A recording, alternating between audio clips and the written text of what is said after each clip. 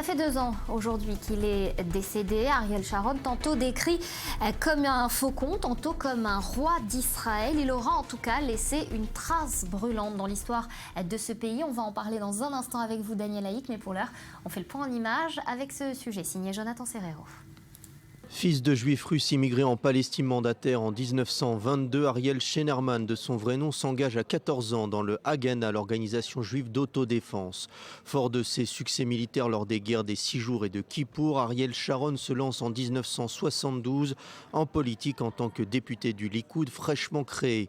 La défense de la patrie chevillée au corps, il accepte le poste de conseiller spécial à la sécurité offert par le Premier ministre de l'époque, Yitzhak Rabin, pourtant adversaire travailliste. Il revient toutefois au Likoud en 1977 avant de le quitter à nouveau en 2005 pour fonder son propre parti, Kadima. Le nom d'Ariel Sharon est associé dans les années 80 à l'installation juive en Judée-Samarie, au ministère de la Défense et au premier conflit libanais. Le stratège promet une guerre éclair et la fin du problème palestinien. Au contraire, Israël s'enlise dans le conflit. La date du 16 septembre 1982 reste comme une tache indélébile dans la carrière de Sharon. Elle correspond à la bataille de Sabra et Shatila. Plusieurs centaines de Palestiniens sont tués par les forces des milices chrétiennes. Une commission d'enquête conclut à la complicité et à la responsabilité du ministre. Il démissionne. Ariel Sharon enchaîne ensuite les portefeuilles ministériels dans les années 90. Il reprend la tête du Likoud en 1999 suite à la démission de Benyamin Netanyahou. L'année 2000 va marquer un tournant dans son histoire avec le pays.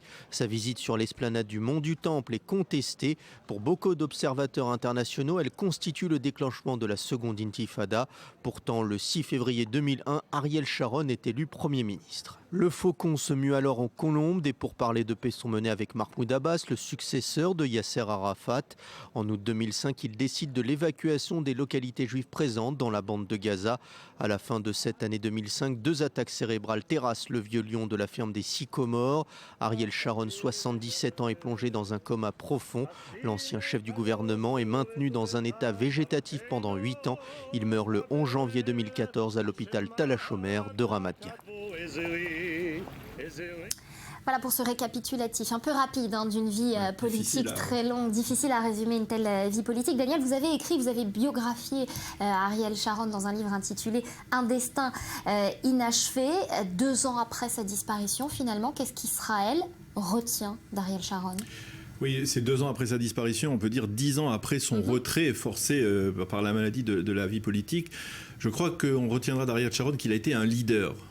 Dans une période où on a le sentiment qu'il manque de leader dans l'État d'Israël, eh bien Ariel Sharon a été un leader certes controversé, un rebelle, mais un véritable leader. Et je vais vous donner 3 exemples. Le premier exemple, c'est un exemple connu, lorsqu'il était pendant la guerre de Kippour, général d'un corps d'armée, contre l'avis de ses supérieurs, il a foncé vers le canal de Suez, il a pris à revers la 3e armée égyptienne et il a permis à l'armée israélienne de remporter finalement cette guerre de Kippour. Le second point, c'est, on peut dire, l'intifada, c'est-à-dire qu'il faut rappeler que Ariel Sharon a été élu Premier ministre au début de l'intifada et qu'on peut dire que, d'une certaine manière, alors que Benyamin Netanyahou avait refusé le poste de leader du Likoud qui aurait pu le propulser dès 2001 vers le portefeuille de Premier ministre, eh bien, Ariel Sharon l'a accepté et en l'acceptant, il a fait d'un Likoud qui avait à l'époque 12 mandats, il a réussi à former un gouvernement d'union nationale et permettre à la société israélienne de faire face à l'adversité palestinienne pendant la période la plus dure de son histoire, c'est-à-dire pendant l'intifada. Et il était considéré comme un leader. Et le 3e point, c'est leader avec, en particulier, le retrait israélien de la bande de Gaza, le Gush Katif. C'était un plan tout à fait controversé. Là aussi, il a réussi à aller jusqu'au bout. Il ne lâchait pas sa proie, il allait jusqu'au bout. Alors justement, on va en parler. Le titre de votre livre, Daniel, il est assez évocateur, Un destin inachevé, vous l'avez dit, 10 ans finalement de retrait de la vie politique. Et par rapport à cet élément du Gush Katif, est-ce que Ariel Sharon, c'était celui qui pouvait faire la paix ? Eh bien, écoutez, on a pu le penser, en particulier après le Gush Katif, parce qu'il avait ce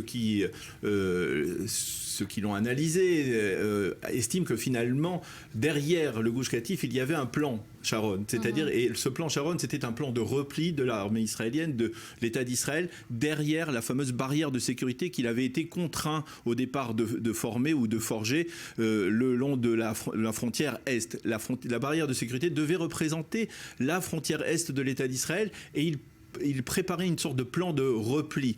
C'est en fait Ehud Olmert qui a envisagé de le concrétiser. Cela ne s'est pas fait. Et finalement, on a vu tout de suite après que Ariel Sharon n'avait pas véritablement raison de proposer des initiatives unilatérales comme ce retrait, parce que finalement l'unilatéralité, elle a volé en éclats au moment de la Seconde Guerre du Liban. On a vu qu'il n'y avait pas de possibilité de régler le conflit israélo-palestinien sans tenir compte du partenaire de l'autre côté. Or, pour Ariel Sharon, eh bien, Mahmoud Abbas n'a jamais été un partenaire véritable. Il ne devait pas y avoir d'accord de paix. Ariel Sharon ne se faisait pas d'illusions là-dessus. Il pensait qu'il fallait se replier tout seul, de manière unilatérale.